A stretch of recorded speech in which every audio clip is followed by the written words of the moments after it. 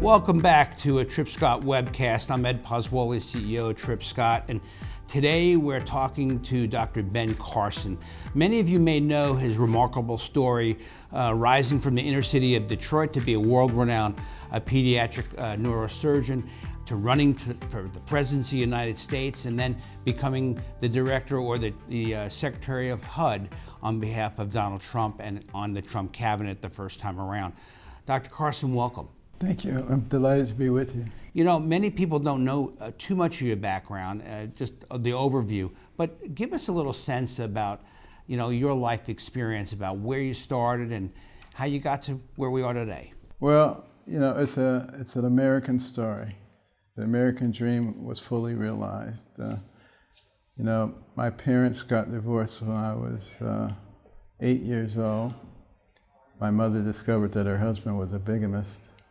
She didn't have much in the way of education, third grade education at best, and was functionally illiterate. But she wanted better for us.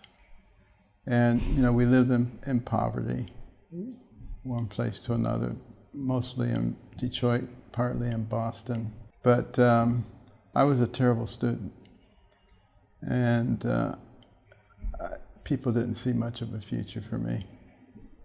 But fortunately, she was able to get me to realize that studying and achieving was important. And she made us read books. And all of her friends criticized her. They said, "You can't make boys stay in the house and read books. They'll grow up and they'll hate you." And I would overhear them and I would say, "You know they're right, Mother." But we had to do it anyway. After a while, I actually started enjoying reading the books, because we were very poor, but between the covers of those pages, I could go anywhere. I could be anybody, I could do anything. My imagination began to explode. And interesting thing about reading, you're looking at words all the time. So you learn to spell. Right. And you learn grammar and syntax. And you learn how to express yourself, all kinds of ramifications. And I went from the bottom of the class to the top of the class, and it really began to change the way that I saw the world and the opportunities that existed. And, you know, I did very well on my SATs, got a scholarship to Yale, and went on to the University of Michigan. Was convinced that I was going to be a psychiatrist at that point. And there was no way I was going to be a surgeon, because I hated the sight of blood. But interestingly enough, I started listening to what the neurosurgeons were saying in the presentations, and I was just blown away. I said, "Wow, this is incredible." And I started migrating toward neurosurgery, and people were saying, no, that's the wrong field for you. At that point, there had been 8 black neurosurgeons in the world. Wow.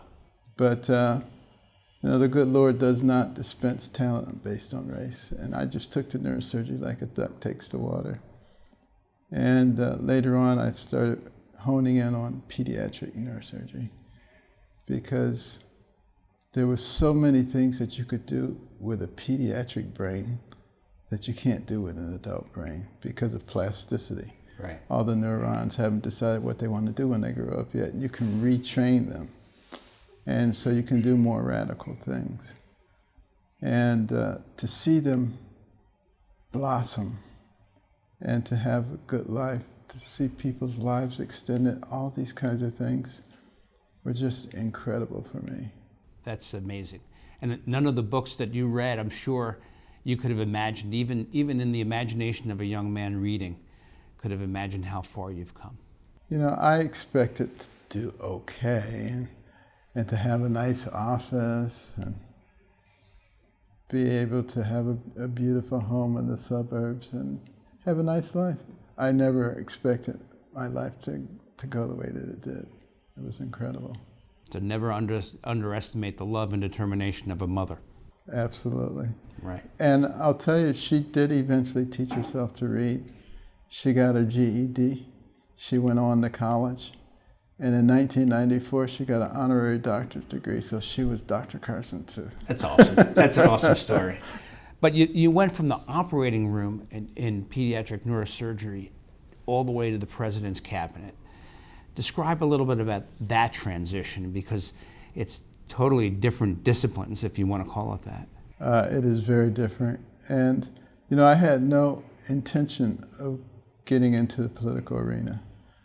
But in 2013, I was asked to give the keynote address for the presidential prayer breakfast, which shocked me because I had given the presidential prayer breakfast keynote in 1997 when Clinton was president. And I wasn't aware that anyone ever did it twice. Well, some research demonstrated that there was one person who did it twice, and that was Billy Graham. Okay. And I said, boy, that's good company. Yeah. So I agreed to do it. Had no idea what I was going to talk about. But after that speech, everybody was saying, you should run for president. And I said, these people are crazy. What are they? I said, if I just ignore them, it'll go away. It didn't go away. Every place I went, people had placards, run, Ben, run. And it turned out to be a fascinating situation, traveling all over the country. But one of the things that became very clear to me is that from the smallest hamlets to the biggest cities, most people had common sense. What they didn't have was courage. And that's what we need, because you can't be the land of the free if you're not the home of the brave. So I've dedicated a lot of time through the American Cornerstone Institute, to try to get people to understand what we have here and what part they play in making sure that we maintain it. The American Cornerstone Institute, talk a little bit about its mission, because you mentioned it, and how do we, how would I say, make sure people are engaged and have the opportunity to show their love and courage for the country? Well, first of all, I have to tell you that after the first Trump administration, I was really looking forward to retirement because I had failed the first time, ended up in politics. I said, this time I'm going to get it right. But seeing the direction of the country, I said, you know, I can't just play golf and cruise around the world while the country's going down the tubes. So some very dedicated and talented people from HUD joined me in forming the American Cornerstone Institute, which emphasizes those cornerstone principles that made us into a great country, which includes our faith, which helps us to know how to relate to each other. Love your neighbor, not cancel your neighbor if they disagree with you. And the concept of liberty, what real liberty is all about, the thing that attracted so many people to this country in the first place. And then community, working together. And that gave us the strength and the backbone to really grow and develop that very few countries have ever been able to do. And then life, the appreciation for life from the womb to the tomb. And then we have the pediatric component called the Little Patriots program. Teach children from a young age what our real history is, the good, the bad, and the ugly. But Right. There's a lot more good than there is bad and ugly. And give them the real foundation so that they love their country. Because unfortunately, those who don't like us, those who want to fundamentally change us, understand that. The Marxists fully understand that. That's why some of their greatest leaders, like Lenin, Vladimir Lenin said, give me your children to teach for 4 years. Right. And the seed that I sow will never be uprooted. They understand that. And even you go back to the Bible. The Bible says in Proverbs 22:6, train up a child in the way he should go. When he's old, he'll not depart from it.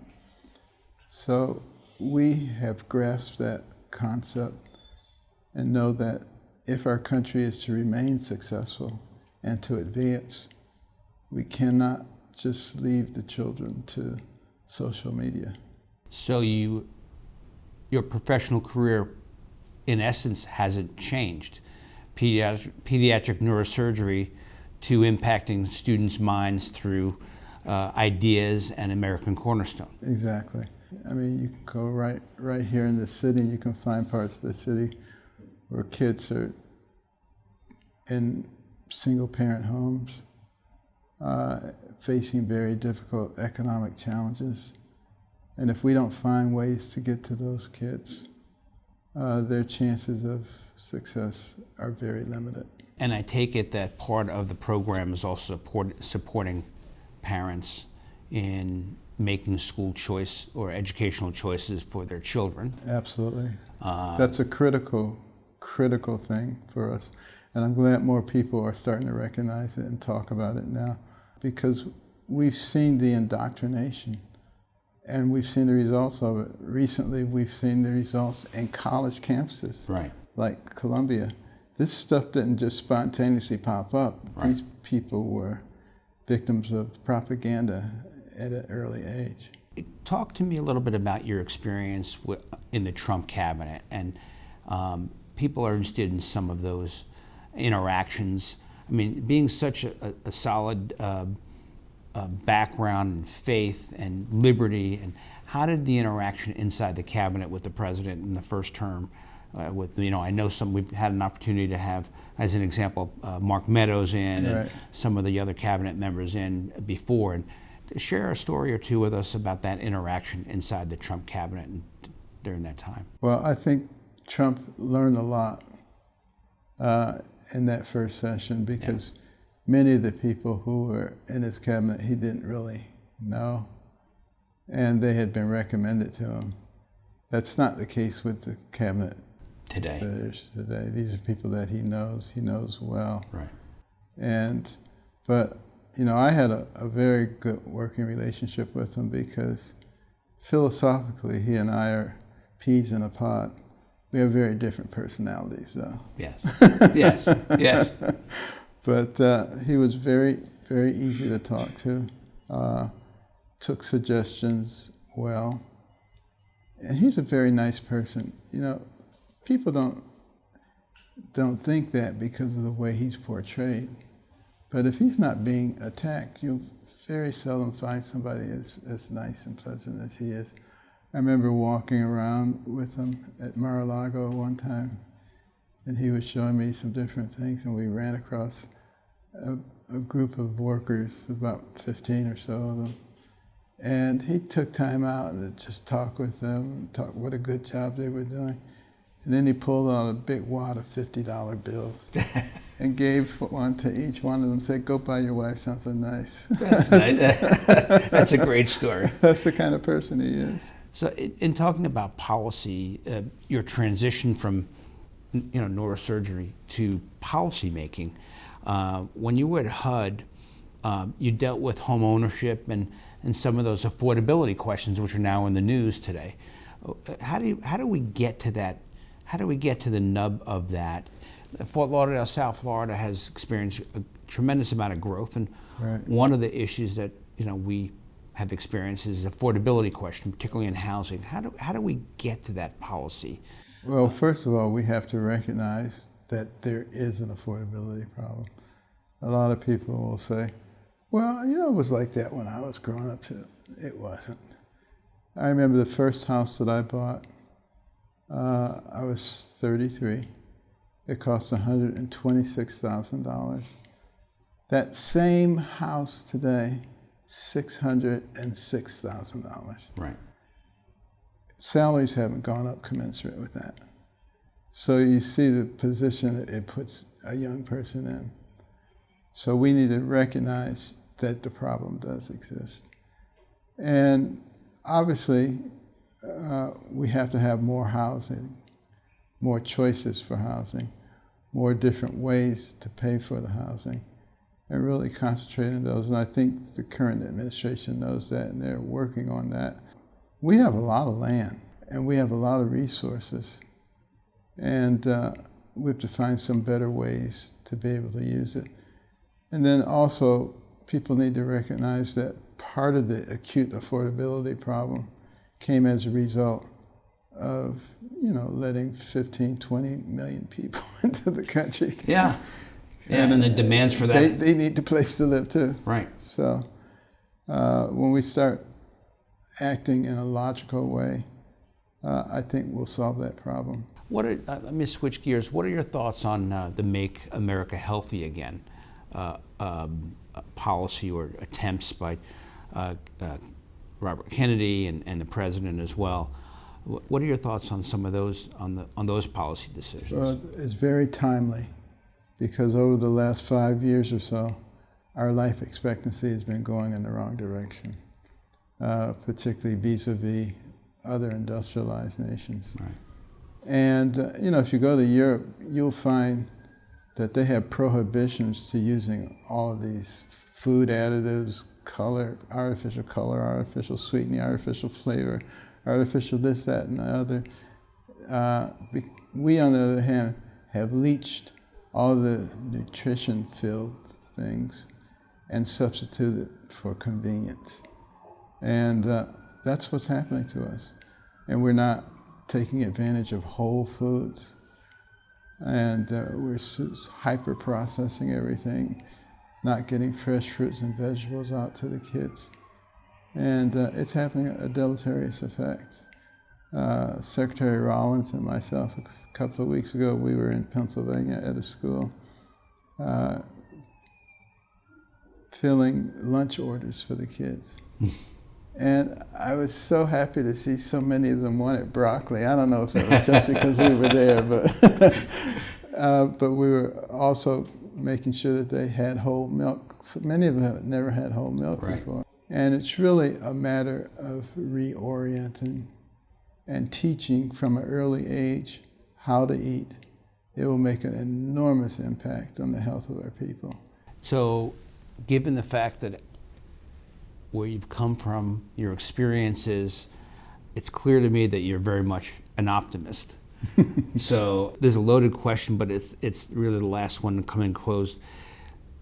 In your belief, is America's best days past us, or are they yet to come? Well, it's a very good question. I tend to be more on the optimistic side, but I also am a person of faith. I've read the Bible through many times. Mm-hmm. I know what it says. Mm-hmm. It makes me understand that while we're here, while you have a sphere of influence, you should do everything that you possibly can to improve the environment where you are. Because I don't know whether the end of the world is waiting for us tomorrow or if it's 10,000 years from now. Right. So I'm going to live like it's 10,000 years from now and not tomorrow. And you're going to live following through on your American Cornerstone Institute and the values of faith, liberty, community, and life. And trying to help the people here in America to understand that we are not enemies. We've let hatred and division wax for a long time. Now it's time to let it wane. We don't have to fight each other. We just need to sit down, talk together, recognize that in a free society, in an open society, it's not my way or the highway. It's our way. And we have to work together. Absolutely. On that note, Dr. Carson, I want to thank you so much for all the example that you set and all of your achievements, but thank you so much for your revitalizing faith and liberty and community and life through your organization. Thank you so much. And I want to thank you for showing people that lawyers are good people. I appreciate that. Thank you again. All right.